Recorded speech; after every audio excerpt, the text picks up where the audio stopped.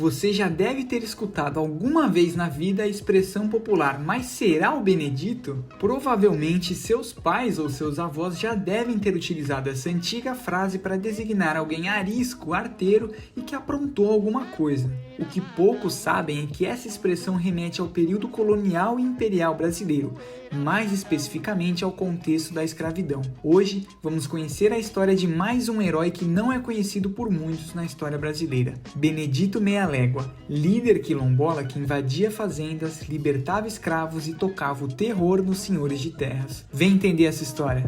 Capoeira mata Benedito Caravelas nasceu em 1805 na Vila Nova de São Mateus, no Espírito Santo. Benedito veio ao mundo como escravo. Não se sabe exatamente de quem, nem como veio a se libertar do seu senhor de terras. O que se sabe é que chamava a atenção por sua devoção a São Benedito, levando sempre consigo uma medalha e uma pequena imagem do santo. Seu legado na história brasileira começou a ser construído juntamente com seu apelido de Meia Légua. Andava por centenas de quilômetros no Cerrado e na Caatinga do Nordeste e também no norte do Espírito Santo, incitando revoltas e libertando escravos de suas fazendas. Mas não era uma revolta qualquer. Benedito Meia Légua invadia as fazendas, liderando pequenos grupos de ex-escravizados, justamente para evitar grandes capturas. Além disso, ele sempre atacava em várias frentes simultâneas na região, o que dificultava muito os embates. Outra técnica utilizada por Meia Légua para enganar os fazendeiros era de vestir os comandantes de todos os seus grupos invasores com a mesma roupa que ele usava. Então,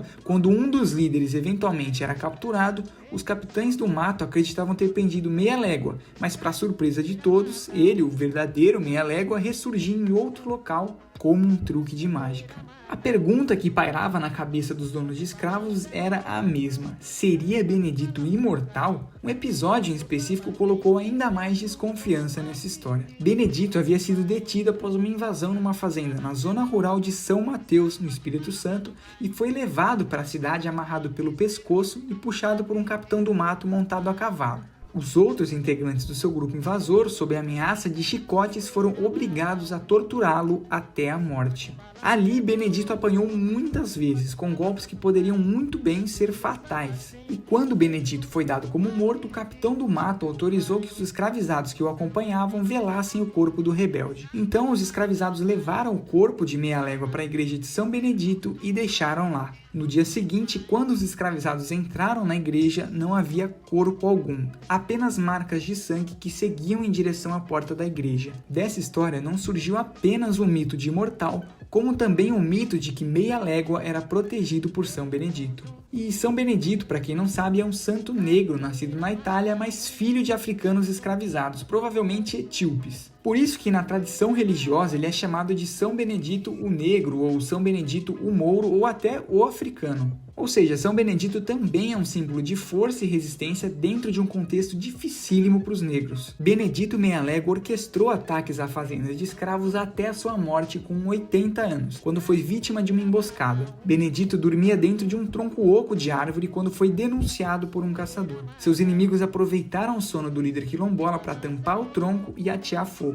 E no meio das cinzas, os seus aliados resgataram a medalha de São Benedito que ele sempre carregava. Durante décadas a fio, Meia Légua foi o inimigo número 1 de muitas fazendas de escravos. E a gente não tem dados concretos que digam quantos escravos ele resgatou, mas devido à sua grande influência, a gente pode estimar que os números sejam altíssimos e até passem dos milhares. Na época, quando circulavam notícias de que uma rebelião de escravos havia acontecido, as pessoas se perguntavam: mas será o Benedito? Benedito pode ser muitas vezes esquecido pela historiografia tradicional, mas não pelo povo e pela tradição dos lugares em que circulou. Meia Légua virou um herói popular entre os escravizados e em regiões do norte do Espírito Santo e do Nordeste até os dias de hoje são feitas encenações de congada e ticumbi em sua homenagem. Por exemplo, na região de Colatina, no Espírito Santo, é comum que todo 1º de janeiro o cortejo de ticumbi leve uma pequena imagem de São Benedito do Córrego das Piabas até a igreja, justamente para celebrar a imagem do líder quilombola. Eu me chamo Gabriel, sou estudante de História e se você gostou de saber mais sobre a história do herói quilombola Benedito Meia Légua,